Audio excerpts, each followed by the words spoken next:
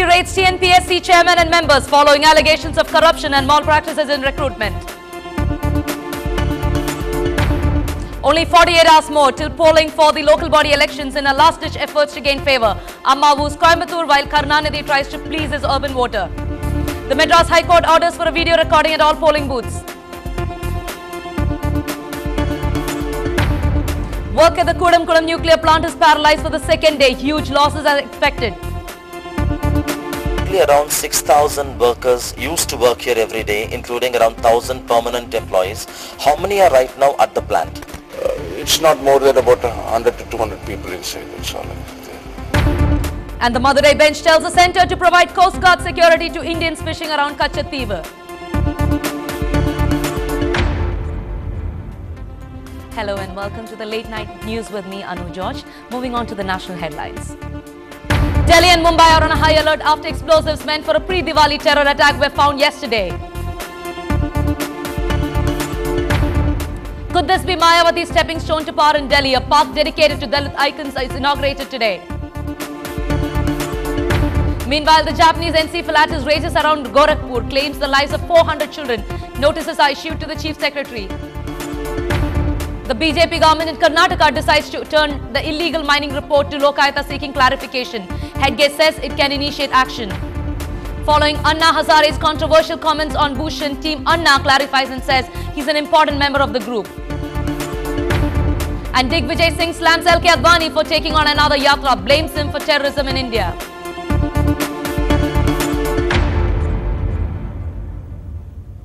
DMK patriarch and chief M. Karunanidhi is in Chennai for a campaign ahead of the local body elections. He's campaigning today at the Marudishwar temple, Tiruvanmiyur.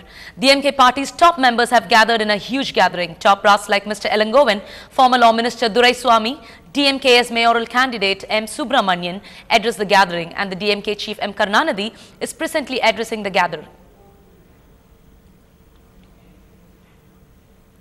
We have joining us Pratiksha Ramkumar. Pratiksha, what was the highlight of DMK chief M. Karunanidhi's address tonight at the city? Yes, Anu, while he spoke a lot about the Chennai Corporation's achievements over the last 5 years, telling us to actually put faith in a person who's been in the Chennai Corporation, who's achieved so much. He highlighted the many awards the Chennai Corporation has won and the way it stands out among literally all the other metros in the country. His main aim today was to actually attack AIADMK's chief Jayalalitha's accusation that Anna Arivalyam was built on grab land. In fact, today he gave a direct dare to Jayalalitha, saying that the day she touches Arivalyam, she can take it back, but the day she touches Arivalyam, the government will have a full stop next to it. And he also spoke about how much the Arivalyam was actually cared for by the people of the Dravida Kadagam. He also again mentioned a point that he has been mentioning for the last few days, that MGR was one of the main people who assisted him in buying this property, and his signature was there in all the documents. And he also said that Anna Arivalyam literally contains the blood and bones of every Dravida worker, even an ordinary Dravida worker, and no one is going to allow her to touch it. And he also responded to Jaya's questions over yesterday, saying, what has the DMK trust really done for people? If it is a trust, if it is a charitable trust, what has it done? So today he also very clearly defended the DMK trust, mentioning all the other charitable contributions the DMK has made, including a 1 crore contribution during the tsunami tragedy and 25 lakhs for the Sri Lankan refugees over the many years, and also for students, the schools they've set up. So today it was mainly a defense of the DMK trust, a response to Jaya's question on what the DMK trust has really done to benefit people. Anu? Thank you, Pratiksha.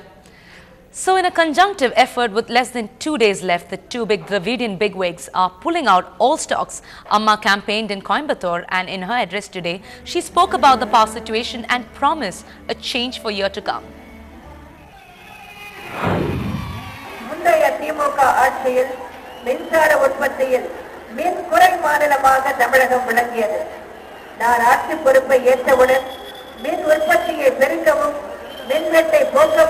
போர்க்கால நடவடிக்கை எடுத்துள்ளேன். தமிழ்நாட்டில் தற்போது மின்வெட்டு படிப்படியாக குறைந்து கொண்டே வருகிறது.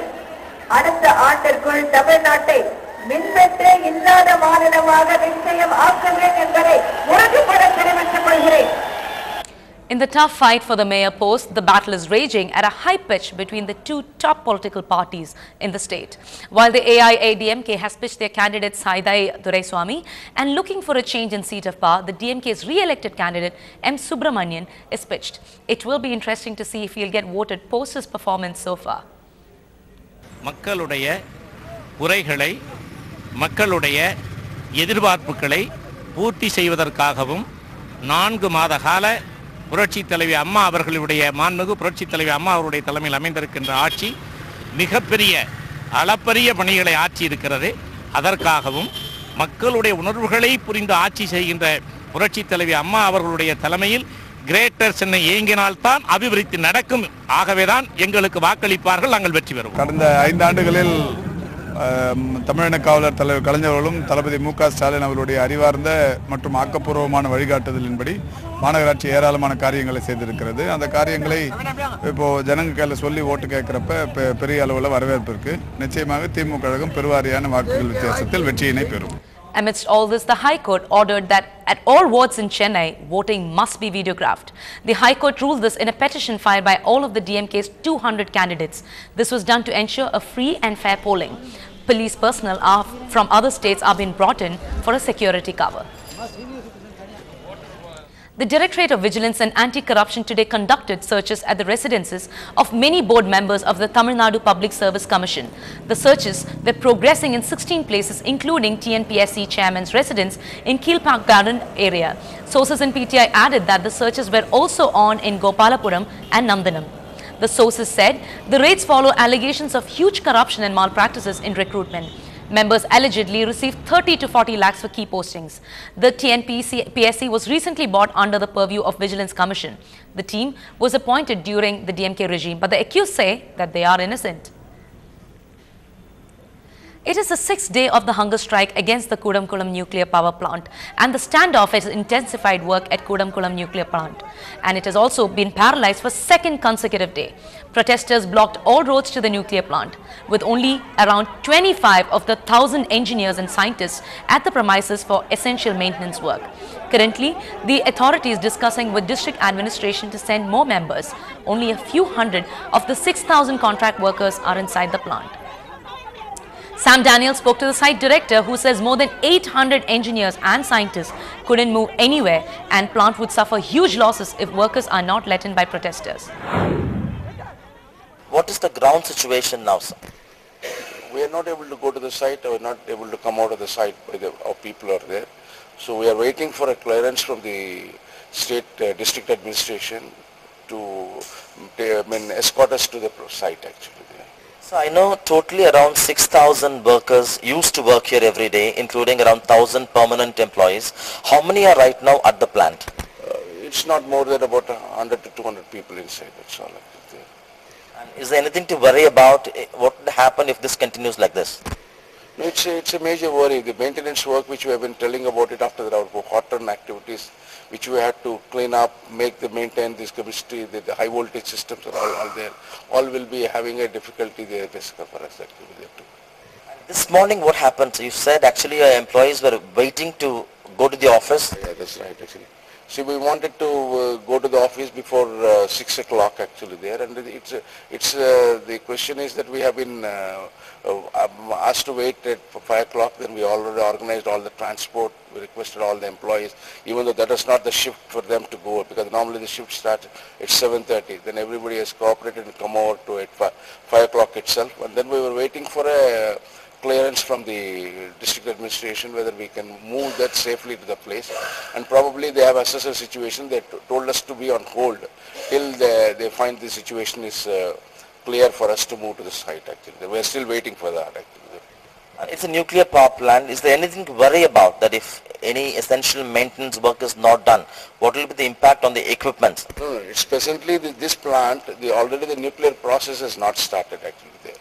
So there is nothing like that which we should worry about it going to do it, safety-wise for the public safety or anything like that. It's a question of an economic penalty for the equipment, which would definitely get damaged if you do not do this maintenance work even in one day there, and monitoring those things are there actually.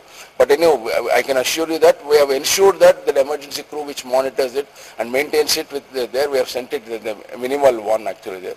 But still, if it continues for a longer time, we would definitely have a very greater economic penalty for this basically. Losses you mean? Yeah, economic losses mean basically. It will be in tune of? No, that we're not assessed basically there, but it will be definitely, we have to see that, and we are hopeful that our people will definitely understand. They will give us. It's only question of maybe this day, probably from tomorrow. We are very hopeful. Even today afternoon also, we are sitting with the hope that we'll be able to go to the site and then do our work actually there basically. Moving on, the Madras High Court's Madurai bench directed Centre to provide Coast Guard security to Indians fishing around Kachativa. A senior naval officer is to supervise security arrangements. Madras High Court will decide on Air Force protection to fishermen on November 16th. Advocate Peter joined us with more details on this development. Here is what he had to say. We are asked for a three-tier security, namely Naval, Air Force and Coast Guard security. The first two have been ordered by the High Court today. That in par as with the Arabian Sea, where the Somali pirates have been there, three-tier security have been ordered. Similar security has been sought for in the Bay of Bengal also, and it has been ordered by the High Court today by the division bench headed by Justice Masha and Justice Venugopal. And the matter is posted to November 16th. The other side of the coin is Chennai on the late night news. Be right back.